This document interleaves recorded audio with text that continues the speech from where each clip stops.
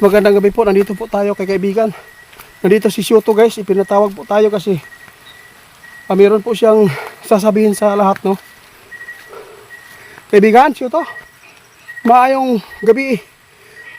Ano sa man na imong ipaabot sa kuwa?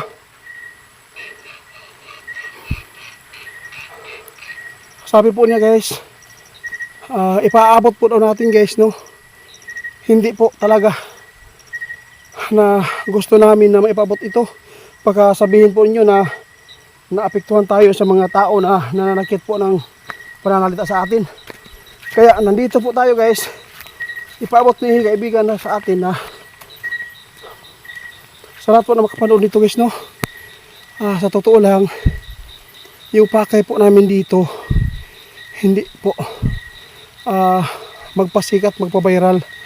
Nais lang po namin na makatulong. Kaibigan, ano mo ipaabot po niyo sa mga tao? Kasi po may nagsabi na nag-reaction sa atin na ako daw ay naghihintay po daw para maki-MGS.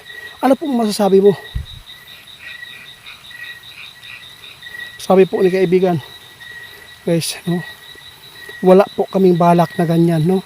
Ang sa amin lang, gumawa tayo ng kabutihan kung ano man yung maiparating po natin sa mga tao na ikakabuti, yun po talaga. Kaibigan, tama ka, hindi po mahalaga yung pira, sabi niya. Ano po talaga ang mahalaga? Tayo ay makatulong. Salamat po kaibigan. Ano pong maipaabot po niyo sa mga tao ngayon na nilalason nila?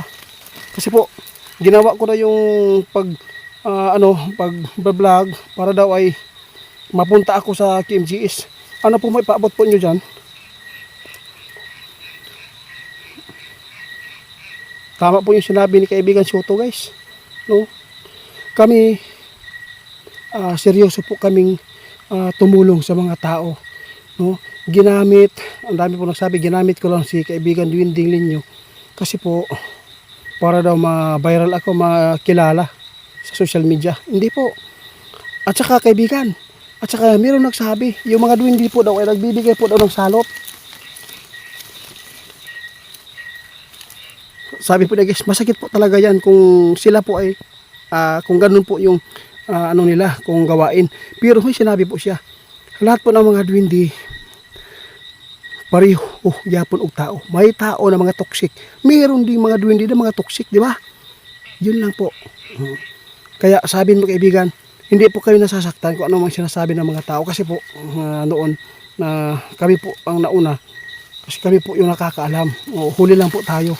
Alam po maganda po ang maipabot po niyo sa kaibigan, sa mga followers natin kaibigan.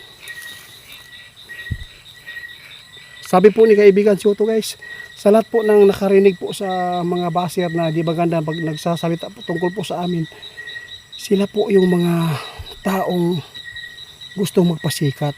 Kasi po tayo lang ang binabantayan, no? Kasi po ang hinahabol po nila na views lang. No, hindi totally yung hindi po talaga tulong ang gusto nila kundi kumita sila. Kaibigan, di ba? Kaya sabi po ni kaibigan, kung ano man yung maririnig po ng mga tao doon, wala kaming magawa kung paniwalaan po ninyo. Kasi marami po tayo mga followers na sabi nila, followers mo ako noon, ngayon hindi na ako nanonood sa'yo dahil po ay fake po kayo. Yun po sinabi nila kaibigan. Ano pong may paabot po ninyo? Tama. Sabi po niya guys, sa lahat po ng mga followers ni Ghost Hunter 88 noon, kung kayo man ay nagsawa at saka nakita nyo fake po talaga yung video ko, wala kaming sinabi sa inyo na kayo ay magtitiwala at paniwalaan po ninyo yung ginawa namin. Kahit paanong sabihin pa ninyo, basta kami itutuloy po namin kung ano man ikakabuti. Meron po ba silang naibigay po sa inyo na kabutihan? Kung meron silang hinala sa amin na pira yung hinihingi namin para sa dwindi, wala. Anong mapasabi po dyan kaibigan? Anong masabi po ninyo? Kasi ang dami na tagi, no? Matanda na, nakisali pa. Tama si kaibigan. Guys, sa totoo lang, sinabi ni kaibigan, kung sino man yung mga tao dyan na agrabyado, gusto po niya lumantad kayo kung kami po ay humihingi ba ng pira sa mga OFW. Nais po namin na ano talaga, maipaabot po. Gusto ko talaga na bitbitin po ninyo yung mga resibo kasi ang dami nagchat sa atin guys. Kasi pinipirahan daw namin yung mga OFW. Mga OFW, kung sino man yung mga tao dyan na hinihingian namin, kung si Go Center 88 naghihingi ba, yung Duwende naghihingi ba sa inyo. Gusto ko po talaga matapos po yung issue. O, gusto ko talaga lumantad po kayo kapag yung nag-reaction sa atin. Pwede kayo umakyat doon at ipakita at bitbitin po ninyo yung resibo.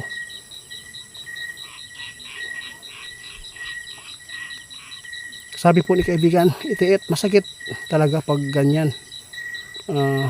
Kung wala kang ginagawa, hindi talaga yan pwede mong talikuran kung ano man katungkulan mo dito sa mundo. Napakaganda po talaga yung sinabi niya guys. Gogo po tayo. Oo. Nagpapasalamat po ako kaibigan sa mga followers natin.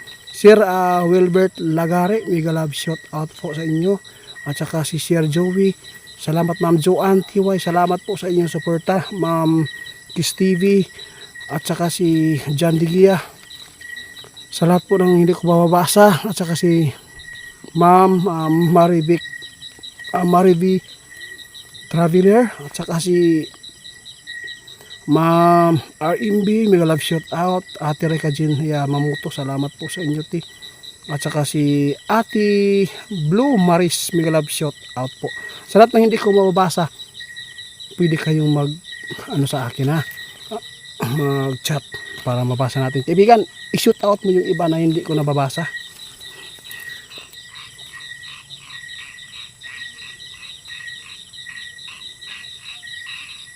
Sabi po ni guys, naintindihan ko yung sinushoot out po niya. Maraming salamat sir. Panturas, no? Nelson Panturas, sinushoot out ka ni kaibigan. Salamat po daw. At saka po, sa lahat po ng hindi ko man ma-shoot out isa-isa, patawad Kasi po, minsan loading po yung, lutang po yung utak ko dahil po sa dami natin ng mga followers na nagpapatanong at nag-order po ng mga herbal po sa atin, no? Kaibigan, maraming salamat. Ang sabi po ni kaibigan kanina guys, tandaan po ninyo, no? Kung ano man ang paniniwala po ninyo na ako ay fake, pwede kayong mag-skip, i-block po ninyo ako. Pwede kayong, basta, pwede nyo gawin lahat.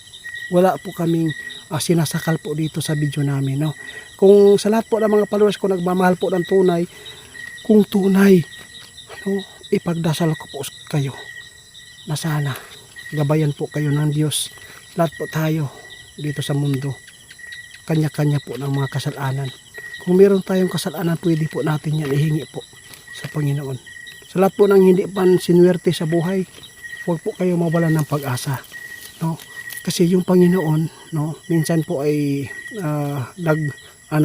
hindi po nagbibigay agad ng mga blessing kasi po baka po kulang po kayo sa pagsunod sa kanyang kalooban. Kaya kung ano man po yung mga nasabi ko, minsan pumapatol tayo, ako ay naghihingi po ng tawad sa inyo.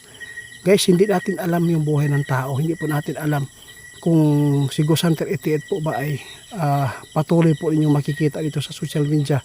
Kasi baka sa susunod, no, wala tayo dito sa social media para po ay balik tayo sa normal, no, pagsasaka, tahimik na buhay. Kasi yung ano namin dito minsan po ay nababasa po nilang hindi maganda, minsan po ay naapektuhan din sila. Kaya maraming salamat sa nagmamahal po sa amin, sa lahat po nagtiwala sa amin.